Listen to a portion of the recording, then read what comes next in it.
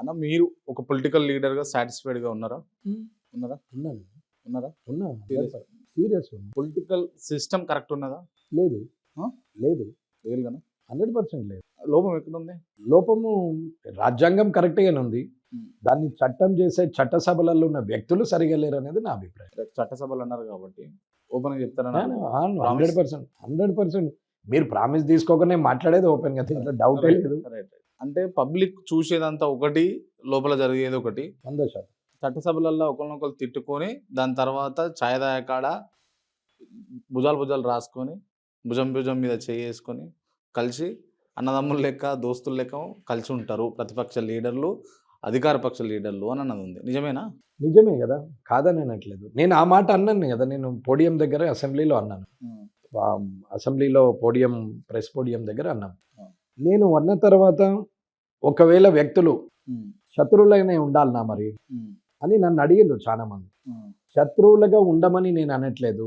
నటించండి. వ్యవస్థలో ఉన్న సమస్యల మీద పోరాడినప్పుడు స్టాండ్ మీద ఉండమని చెప్తున్నా నేను. హ్మ్. తప్పును తప్పనే మాట్లాడు. నువ్వు మిత్రుడిగానే ఉండు. హ్మ్. కానీ మిత్రుడు వేరు, వ్యవస్థలో మనం మాట్లాడే మాట వేరు. హ్మ్. క్లియర్‌గా మనం మాట్లాడాల్సింది స్టాండ్ అయి ఉండాల. హ్మ్. ఇప్పుడు క్రాంతి గారు నా మిత్రుడు అని చెప్పి, హ్మ్. ఇప్పుడు నేనేదో మాట్లాడేసి తర్వాత "ఓయ్ అట్లా కాదు అన్న నువ్వేమనుకోవద్దు మనం దోస్తులం" అంటే అది తప్పు అని చెప్తున్నాం. అడ్జస్ట్‌మెంట్ పాలిటిక్స్ ఉండకూడదు. ప్రజలకు లాభమయ్యే విధంగానే స్టాండ్ అయి ఉండాలి అనేది నేను అంటున్నా. ఆ స్టాండర్డ్ పాలిటిక్స్ ప్రజలకు కనపడుతున్నాయా? లేకపోతే మీరు ఇప్పుడు జర్నలిస్ట్‌గా మీకు కనపడుతుందా ఫస్ట్? హ్మ్. అడ్జస్ట్‌మెంట్ కనపడుతుందా? స్టాండర్డ్ పాలిటిక్స్ కనపడుతుందా? మోస్ట్‌లీ అడ్జస్ట్‌మెంట్స్ ఎక్కువున్నాయి. మరి ఇంకేముంది దాంట్లో? నేను చెప్పేది దీంట్లో అబద్ధం ఏమున్నది? బట్ అంటే మేము చట్టసభల లోపల ఇంటర్నల్‌గా వచ్చి చూడలేం గదా! అసలు ఇంటర్నల్‌గా ఏం జరుగుతదసలు? ఇంటర్నల్ ఎందుకు? ప్రెస్ గ్యాలరీ నుంచి మీరు క్లియర్‌గా చూడొచ్చు కదా! కానీ అనలేరు మీరు. రాయలేరు. చెప్పలేరు జనానికి. ఎందుకో నాకు అర్థం కాదు. హ్మ్. మరి ఏమి అడ్జస్ట్‌మెంటో నాకు కూడా అర్థం కాదు. మీడియాదే అంటున్నా నేను. హ్మ్. ఏదైతే యూజ్‌లెస్ డైలాగ్స్ ఉంటాయో అవి ఎలివేట్ చేసి బ్రేకింగ్ ఇచ్చేసి 10 సార్లు అయింది అని శ్రీ చైతన్య నారాయణ గురించి ఒకటో ర్యాంక్, 9 ర్యాంక్, 10 ర్యాంక్ అని ఎట్లయితే మాట్లాడతారో, హ్మ్. మాటికి చూస్తున్నారా? మీరు చూస్తున్నారా? ఇప్పుడే అందిన వార్త అని దాని గురించి ఏదో మాట. ఇప్పుడు ఒక సినిమా యాక్టర్ గురించి ఒక మంత్రి మాట్లాడితే దాన్ని 100 సార్లు చూపెట్టిర్రు. హ్మ్. కానీ ఒక సామాన్యమైన వ్యక్తికి పట్టా పాస్‌బుక్ రాక భూమి కబ్జా అయితే దాన్ని వారు ఆత్మహత్య చేసుకుంటే కూడా వాళ్ళను ఎలివిడి చేయలేని పరిస్థితి. ఇది మీడియా మీడియా ఫెయిల్యూర్. పరిస్థితి. ఇది మీడియా పరిస్థితి. మరి ఏది కావాలి మీడియాకి? హ్మ్. ఆ సినిమా యాక్టర్లకు కుటుంబాలు ఉండయా? అదొక వృత్తి. హ్మ్. పాలిటిక్స్ ఎట్లనో సినీ రంగం అట్లనే. రాజకీయ రంగం ఎట్లనో సినీ రంగం అట్లనే. హ్మ్. స్క్రీన్ మీద యాక్షన్ చేసినంత మాత్రాన క్యారెక్టరే స్క్రీన్ మీద ఉంది అని అనుకుంటే తప్పు. హ్మ్. క్యారెక్టర్ ప్రతి ఒక్కరికి ఉంటది. హ్మ్. కానీ ఒక కుటుంబాన్నో, ఒక వ్యక్తినో టార్గెట్ చేసి మాట్లాడడానికి మనమెవరం? నోరుంది గదా అని ఇష్టమున్నట్టు మాట్లాడుతా ఉంటే, ఆ సినిమా రంగం మీద ఒకరు పోయి, ఇద్దరు పోయి, ముగ్గురు పోయి ఇష్టమున్నట్టు మాట్లాడుతా ఉంటే అది తప్పు అని నేను అంటున్నా. హ్మ్. వాళ్ళు అనలేక గాదు, చేయలేక గాదు, ఆర్థికంగా లేనోళ్ళు గాదు. హ్మ్. కానీ అనవసరమైన ఈ పెంటలోకి రావడం ఇష్టం లేక నోరు మూసుకొని కూర్చుంటున్నారు. అది వాళ్ళ అసహనమును వ్యక్తం చేసినట్టే. అసమర్థత గాదు. రాజకీయ రంగంలో ఉన్న వ్యక్తులు మాట్లాడిన మాటలకు సినిమా రంగంలో ఉన్న వ్యక్తులు హ్మ్. అసహనంతోని ఊరుకుంటున్నారు తప్ప ఏ మ్యాటర్ గురించి మాట్లాడుతారు? ఏ మ్యాటర్ అన్నా గాని అది సినిమా నాకు ఉన్న సురేఖ గారు సినిమా యాక్టర్ల గురించి మాట్లాడింది గాని, మొన్నటి దాకా కౌశిక్ రెడ్డి గారు మాట్లాడింది గాని, ఎవరైనా ఆహ్, సీఎం గారు గాని, ఈవెన్ నేను గాని ఒక వ్యక్తి పర్సనల్ విషయాల్లో మాట్లాడడానికి మనకు అధికారం లేదు. చట్టం లేదు.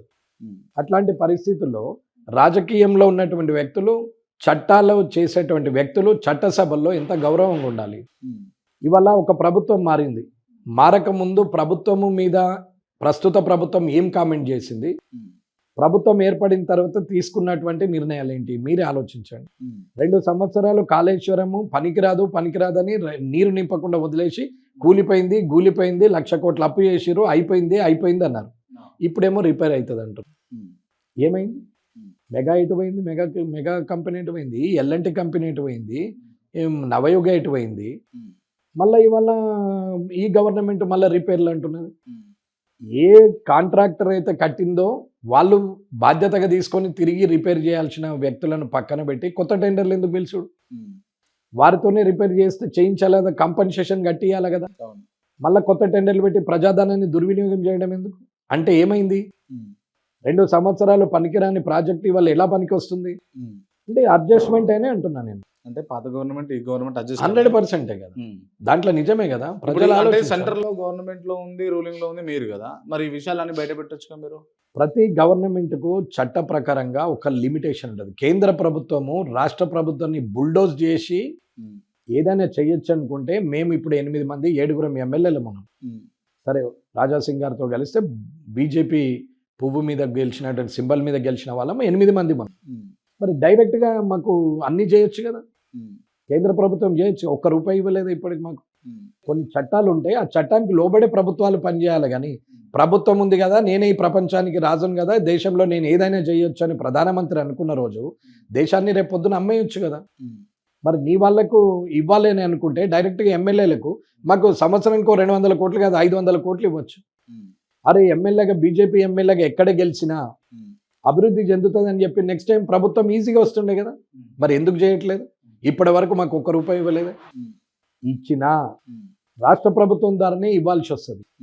అన్నా మాకు ఈ రోడ్ లేదు, సిఆర్ఆర్ కింద మీరు కేంద్ర ప్రభుత్వం ఇవ్వండి, రాష్ట్ర ప్రభుత్వం మాకు ఇవ్వట్లేదని మేము విన్నవించుకుంటే మళ్ళీ కేంద్ర ప్రభుత్వానికి చెప్పి ఒక 2 రోడ్లు పెట్టండి అయ్యా మా వాళ్ళకి అని చెప్పి మళ్ళీ రాష్ట్ర ప్రభుత్వానికి ఫైల్ వంచి పంపి ఇక్కడ నుంచి మళ్ళీ ప్రపోజ్ చేసి పంపేటట్టు చేసుకొని అప్పుడు ఒక 25 కోట్లు ఇచ్చారు.